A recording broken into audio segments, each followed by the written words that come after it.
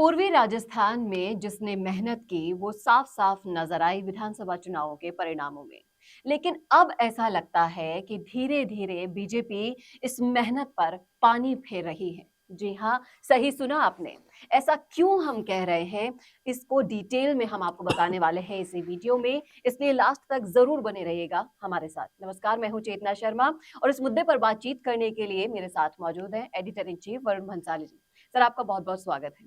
तो मैं ये जानना चाहती हूँ कि किरोड़ी लाल मीणा ने पूर्वी राजस्थान में इतनी मेहनत करी ग्राउंड लेवल पर जाकर, जिसका परिणाम हमें विधानसभा चुनाव में देखने को मिल गया था। और कहीं ना कहीं उन्हीं की वजह से बीजेपी वहां पर अपना जीत का परचम फहरा पाई थी, ये सभी को पता है। लेकिन अब एक एक करके जो बीजेपी ने फैसलों की झड़ी लगा दी है, तो उन झड़ियों से नाराजगी अब पूर्वी राजस्थान में देखने को मिल रही है। और कहीं ना कहीं आप हर सोशल मीडिया के प्लेटफॉर्म पर आप चले जाएंगे तो वहां पर बीजेपी का बायकॉट होना शुरू हो गया है।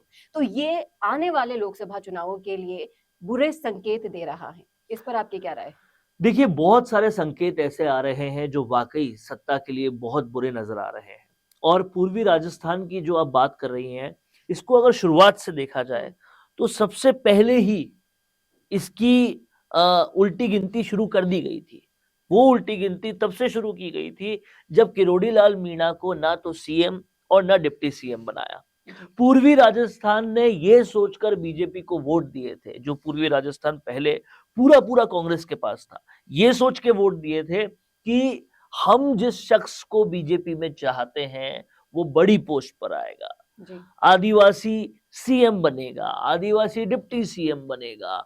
और आदिवासी से भी ज्यादा जो उनकी सोच थी वो ये थी कि पूरे कांग्रेस टेन्योर में जिसने लड़ाई लड़ी, जो खड़ा हुआ पीड़ितों के साथ, जिन्होंने बात की बेरोजगारों की, जिन्होंने हर मौके पर यह विश्वास दिलाया कि वो हैं, अगर कोई भी दिक्कत है तो वो खड़े हैं सब लोगों के साथ। लोगों ने सोचा कि विपक्ष में रहकर अगर ये इस तरीके से हमारे साथ खड़े हैं, तो अगर ये पक्ष में पावर के साथ आ गए तो हमारी सारी पीड़ाएं दूर हो जाएगी। और ये एक बड़ा कारण था कि लोग किरोड़ी लाल मीणा को चाहते थे कि वो सीएम या डिप्टी सीएम बने। लेकिन वो दोनों ही नहीं हो पाया, तो पूर्वी राजस्थान के साथ सबसे पहला धोखा तो ये हो गया। और ये धोखा ठीक वैसा ही था जैसा कांग्रेस राज में सचिन पायलट के इलाकों से, सचिन पायलट के समर्थकों से हुआ था। जी। ये धोखे के बाद आप पूर्वी राजस्थान में और आगे बढ़ेंगे तो जिस तरह से फैसले होते आ रहे हैं, वो फैसलों में एक के बाद एक धोखे की बू आ रही है, या धोखे की बू कहूंगा, या फिर ये भी कह सकते हैं कि कहीं ना कहीं वो पूरा क्षेत्र नाराज हो रहा है। सबसे बड़ी बात तो ये है कि आपने मंत्रिमंडल घोषित किया, उससे पहले जब आपने शपथ कराई तो आपने किरोड़ी लाल मीणा को सबसे पहले शपथ कराई थी। तो सियासी हलकों में, सियासी गलियारों में सोच यही रहती है कि जिसको सबसे पहले शपथ करा रहे हैं उन्हें सबसे महत्वपूर्ण विभाग दिया जाएगा। लेकिन वो भी नहीं हुआ, और जो विभाग दिया उसे भी पावरलेस करने का सारा काम कर दिया, तो उससे भी नाराजगी बनी।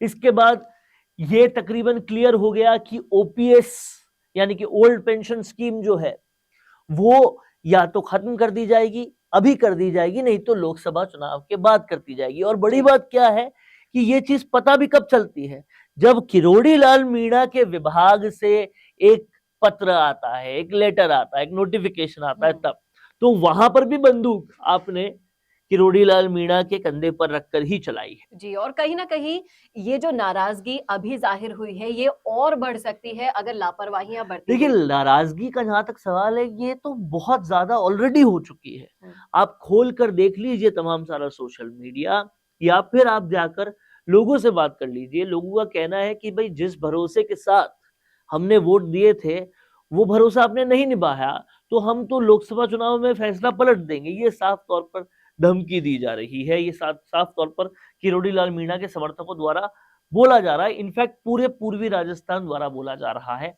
और इस पर मिर्ची लगाने का, नमक डालने का, मसाले लगाने का काम विधानसभा में गोविंद सिंह डोटासरा कर ही रहे हैं, जिन्होंने जी। साफ साफ बोल दिया कि भाई किरोड़ी लाल मीणा के साथ क्या हो रहा है, भाजपा में कितनी गुटबंदी है, ये साफ को देखने को मिल रहा है। तो इससे जो ऑलरेडी लोग गुस्सा है, उनका गुस्सा इग्नाइट हो रहा है।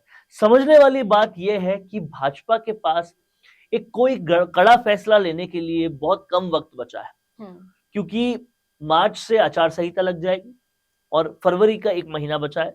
जनवरी ऑलमोस्ट एंड हो ही चुका। ये विधानसभा में जब तक चलेगी तब तक तो कोई फैसला हो नहीं सकता, उसके बाद ही होगा। और अगर तब तक किरोड़ी लाल मीणा के विभागों में उनको ताकत नहीं दी या फिर किसी तरह का और बदलाव नहीं किया जो मिनिस्टर्स हैं और जो पावर है उसमें, तो काफी सारी दिक्कतें आ सकती है। देखिए, पूर्वी राजस्थान के अगर हम जातिगत समीकरणों की बात करते हैं तो किरोड़ी लाल मीणा ने गुर्जरों को, मीणाओं के साथ साथ दूसरी जातियों को भी बहुत ही बढ़िया तरीके से साधा था। लेकिन जिस तरह से भजनलाल सरकार फैसले दे रही है, आप देखिए उम्मीद भी लगाई जा रही है, तो किससे?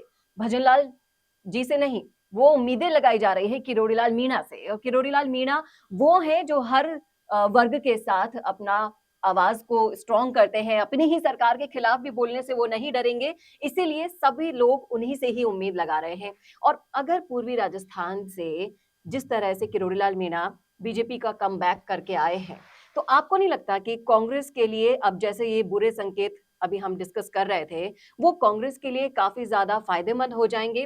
क्योंकि इस बार पूर्वी राजस्थान में कांग्रेस की पकड़ काफी कमजोर दिखाई देखिए, दी। बीजेपी के पास सबसे बड़ा प्रॉफिट ही यही है, हम्म, सबसे बड़ा फायदा ही यही है कि उनके सामने एक ऐसी पार्टी है जो अपनी कब्र खुद खोदती है। जी। तो इसलिए बीजेपी के लिए चाहे हालात कितने भी बुरे हो जाएं, कांग्रेस उससे पहले अपने लिए हालात बुरे कर चुकी होती है। अब कांग्रेस ने क्या किया?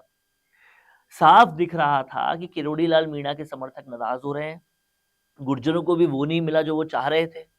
तो उन्होंने, कांग्रेस ने एक कदम और आगे जाते हुए सचिन पायलट को राजस्थान से बाहर का रास्ता बता दिया। जी। तो वो कोई ऑप्शन ही नहीं छोड़ रहे बीजेपी के अलावा हम्म, कि लोग कांग्रेस से प्यार करें, कांग्रेस के पास आए। दूसरी तरफ बीजेपी ने लालचंद कटारिया को अपने साथ लेकर एक और बड़ा जाट वर्ग अपने साथ ले लिया। तो कांग्रेस की जहां तक बात है, और तीसरी तरफ कांग्रेस में सचिन पायलट के कोई भी समर्थक को आपने लीडर ऑफ अपोजिशन की पोस्ट भी नहीं दी, ना तो आपने उनको ना अपना पार्टी अध्यक्ष बदला, तो यहाँ आपने सचिन के समर्थकों को भी बाहर कर दिया। तो गुर्जर तो पहले से नाराज थे, वहां कांग्रेस ने कोई ऑप्शन भी नहीं छोड़ा, तो उनके पास ले दे के ऑप्शन अभी बीजेपी ही बच रहा है। पर बीजेपी को यह समझना पड़ेगा कि ये बहुत ज्यादा दिन तक चलेगा या हमेशा ही ऐसा रहेगा, ये जरूरी नहीं है। हालांकि अभी तक तो यही होता आया है, लेकिन ये जरूरी नहीं है। आप देख रहे हैं बिहार में क्या हो रहा है, वहां सत्ता बदलने वाली है, सत्ता परिवर्तन शुरू हो चुका है, क्योंकि पलटीमार नीतीश जो है वो फिर से पलटी मारने वाले हैं। तो पलटीमार ऐसे बहुत सारे लोग हैं, लेकिन हमें ये समझना पड़ेगा राजस्थान की राजनीति उतनी वोलेटाइल नहीं है। और ऐसे में अगर आप राजस्थान में कांग्रेस ऑप्शन ही नहीं देगी, अभी भी वही गहलोत राग अपना रही है, गहलोत राग में गा रही है कि कांग्रेस अध्यक्ष भी गहलोत का समर्थक और नेता प्रतिपक्ष भी गहलोत का समर्थक, हम तो सारी पावर हमारे सुपर आला कमान को ही देंगे और किसी को नहीं देंगे। नहीं देंगे तो फिर सचिन पायलट भी एक दिन मोह छोड़ देंगे। वो अब छत्तीसगढ़ की मीटिंग्स में रेगुलरली जा रहे हैं, वो अब नेशनल पॉलिटिक्स रेगुलरली कर रहे हैं। आप चाह रहे हैं कि वो राजस्थान से बाहर निकले, तो राजस्थान से बाहर उनको निकलने में समस्या नहीं आएगी, आपकी लोकप्रियता भी उनके साथ निकल जाएगी। कांग्रेस को ये समझना होगा। लेकिन और ये चीज बीजेपी के साथ भी तो होगी। यहाँ पर सबसे लोकप्रिय नेता किरोड़ी लाल मीणा ही देखिए, है। किरोड़ी लाल मीणा की मैं आपको एक बात बताऊं कि किरोड़ी लाल मीणा लोकप्रिय है, ये बात आपकी ठीक है, लेकिन वो शुरुआत से संघ के अहम सदस्य रहे हैं। उनके अंदर जो डिसिप्लिन है वो बहुत जबरदस्त रहा है। हाँ, वसुंधरा से उनकी बहुत लंबी दुश्मनी रही, लेकिन उनका डिसिप्लिन बहुत जबरदस्त है और वो सेवा में यकीन रखते हैं। तो इसीलिए वो बीजेपी छोड़ के तो नहीं जाएंगे कभी, पर अगर बीजेपी ने कुछ गलत किया तो वो आवाज उठाने में भी पीछे नहीं हटेंगे। आपको ये समझना पड़ेगा कि आज के वक्त में बीजेपी में सर्वे सर्वा सबसे बड़ा नाम, सबसे ज्यादा ताकतवर कौन है? प्रधानमंत्री मोदी। और प्रधानमंत्री मोदी का अगर राजस्थान की राजनीति में कोई दोस्त कहलाने लायक शख्स है तो वो किरोड़ी लाल मीणा है।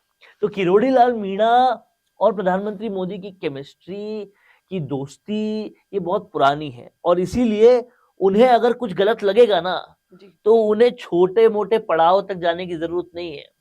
वो सीधा टॉप लेवल पर बात कर सकते हैं और वहां से बात को सॉल्व करना पड़ेगा जी। क्योंकि प्रधानमंत्री मोदी को पता है कि हमने वसुंधरा राजे से तो दुश्मनी मोल ले ही ली है। हमने वसुंधरा राजे से दुश्मनी मोल लेकर पावर सेंटर तो खत्म कर ही दिया है, तो और कोई हमारे पास है ही नहीं जिसकी लोकप्रियता को हम इनकैश कर सके किरोड़ी लाल मीणा के अलावा जी। या फिर जिसका काट हम दे सके। हालांकि अभी सरकार में दिया कुमारी को बहुत ज्यादा प्रमोट किया जा रहा है और दिया कुमारी उस काबिल भी है, उसमें भी कोई शक नहीं है क्योंकि वो हाईएस्ट नंबर ऑफ वोट्स भी लाई हैं, उनकी परफॉर्मेंस भी बहुत अच्छी रही है। लेकिन जो अपनी सीट और कई और सीटों को प्रभावित कर सकते हैं, उस पर नंबर्स को प्रभावित कर सकते हैं, जिनकी लोकप्रियता केवल अपनी विधानसभा तक सीमित नहीं है, ऐसे नेता तो किरोड़ी लाल मीणा ही है। और कहीं ना कहीं लोकसभा को लेकर उनके पास भी अब फीडबैक आने लगे होंगे क्योंकि सरकार बने हुए अभी कुछ टाइम बीत चुका है और बहुत सारे फैसले सरकार ने धड़ाधड़ सुना दिए हैं, लेकिन लोकसभा चुनाव से पहले किरोड़ी लाल मीणा का जो फीडबैक जाएगा आला कमान यानी कि मोदी जी के पास, मोदी शाह की जोड़ी के पास, जो कहीं ना कहीं सभी को लगता है कि केंद्र से राजस्थान को पूरा अच्छे से चलाया जा रहा है और बीच में जो लोग भी हैं वो तो सिर्फ मोहरे हैं, तो कहीं ना कहीं आपको नहीं लगता कि वो स्ट्रैटेजीज बनाकर या फिर कुछ फीडबैक सरकार को देंगे और उनकी नीतियों पर काम होगा? देखिए, मोदी सरकार का काम करने का तरीका एक कॉर्पोरेट की तरह है। एक चुनाव होते नहीं है कि वो दूसरे चुनाव की तैयारी हाथों हाथ शुरू कर देते हैं। तो ये जो फीडबैक और सर्वेस की आप बात कर रही है तो बहुत पहले से जाना शुरू हो गए होंगे और केवल फीडबैक और सर्वे भी नहीं है, प्रधानमंत्री मोदी के पास ये पूरी रिसर्च होकर पहले से चला जाता है कि अगर फ्रांस के राष्ट्रपति आएंगे तो चाय किसके साथ कहाँ पे पीनी है, साहू के यहाँ पे पीनी है तो क्यों पीनी है, क्यों इसी जगह को चुना गया, यहाँ तक की भी गहन स्टडी होती है जी। और ये पूरे डेटाबेस स्टडी के थ्रू ही सारा काम करते हैं और केवल इंडिया की नहीं, दुनिया की बेस्ट सर्वे कंपनीज के थ्रू सर्वे कराए जाते हैं और वो एकदम 100% सही हो ऐसी चीजें होती है। और ऐसे में किरोड़ी लाल मीणा की सीट पे भी सर्वे हुआ होगा, सर्वे के बाद में अभी जो हम हाव भाव देख रहे हैं प्रधानमंत्री मोदी के उनसे मिलने से वो साफ समझ में आता है कि किरोड़ी लाल मीणा को तवज्जो और सम्मान तो बीजेपी की आलाकमान तो दे रही है क्योंकि उनके पास ऑप्शन भी नहीं है, वो वसुंधरा राजे को ऑलरेडी कर्ब कर चुकी है। तो अब क्या होगा? अब ज्यादा से ज्यादा तो यही हो सकता है कि बीजेपी जल्दी से जल्दी उनके डिपार्टमेंट्स बढ़ाएं, ताकत बढ़ाकर उन्हें सम्मान की अनुभूति कराएं और उनकी लोकप्रियता को लोकसभा में भी इनकैश करें, क्योंकि दूसरी तरफ कांग्रेस में भी बहुत सारी बातें चल रही है कि लोकसभा में हम ये कर देंगे, वो कर देंगे, पर बीजेपी को उनसे हमेशा की तरह 2 कदम आगे रहना है, इसलिए उनको कोई ना कोई फैसला लेना पड़ेगा। जी बिल्कुल सही कहा आपने ये कि किरोड़ी लाल मीणा को लेकर बहुत जल्द फैसले लेने होंगे सरकार को, नहीं तो पूर्वी राजस्थान के साथ साथ जो राजस्थान में परफॉर्मेंस रहा था बीजेपी का वो कहीं ना कहीं अब लोकसभा के अंदर बदला जा सकता है, सारे समीकरण बदले जा सकते हैं क्योंकि अभी जो जनता का मूड है वो काफी ऑपोजिट दिखाई दे रहा है। इसीलिए समय रहते अगर सही कदम उठा लिए जाएं बीजेपी की तरफ से तो इस नुकसान से बचा जा सकता है। जो उनका मिशन 25 है वो तीसरी बार भी पूरा हो, इसके लिए ये कदम उठाने बहुत ज्यादा जरूरी है। आपकी क्या राय है, आपका क्या सोचना है, कमेंट करके जरूर बताइएगा कमेंट बॉक्स में। कैसा लगा आपको विश्लेषण ये भी जरूर बताइएगा। इस वीडियो को ज्यादा से ज्यादा शेयर करना ना भूलिएगा और ऐसे ही और वीडियोस के लिए देखते रहिए राजस्थान संवाद। नमस्कार। अब आपको मिल सकती है लाइव चैनल में काम करते हुए पत्रकारिता की डिग्री। यूजीसी अप्रूव्ड यूनिवर्सिटी से मिलने वाली इस डिग्री के साथ आपको मिलेगा लाइव चैनल पर रिपोर्टिंग, एंकरिंग और प्रोडक्शन का काम करने का मौका। काम करने के साथ सीखना और 70% प्रैक्टिकल और 30% थ्योरी के पैटर्न से सिखाते हुए आपको एक पूरा कोर्स करवाया जाएगा। यही नहीं, यहाँ आपको इंडस्ट्री के हिसाब से ट्रेन करने के लिए आज तक जी न्यूज और कई चैनलों में काम करने वाले लोग लेक्चर्स देंगे। साथ ही परमानेंट फैकल्टीज भी इन चैनल्स और अखबारों में लंबा एक्सपीरियंस ले चुके लोग भी होंगे। इसके साथ ही टीवी, न्यूज़पेपर जैसे ट्रेडिशनल मीडिया की लाइव प्रैक्टिकल ट्रेनिंग के अलावा आपको यहाँ पर डिजिटल मीडिया और डिजिटल मार्केटिंग भी इंडस्ट्री नीड्स के हिसाब से सिखाई जाएगी। तो केवल रटना लिखना नहीं, बल्कि इंडस्ट्री जैसा टैलेंट चाहती है, उसकी प्रैक्टिकल एजुकेशन के साथ कीजिए मास कम्युनिकेशन और जर्नलिस्ट या मल्टीमीडिया एंड एनिमेशन की BVOC डिग्री। और प्लेसमेंट असिस्टेंट से लेकर ट्रेडिशनल और डिजिटल मीडिया की सारी इंडस्ट्री ट्रेनिंग विद इंटर्नशिप आपको मिलेगी मिशिगा इंस्टीट्यूट ऑफ मीडिया स्टडीज में।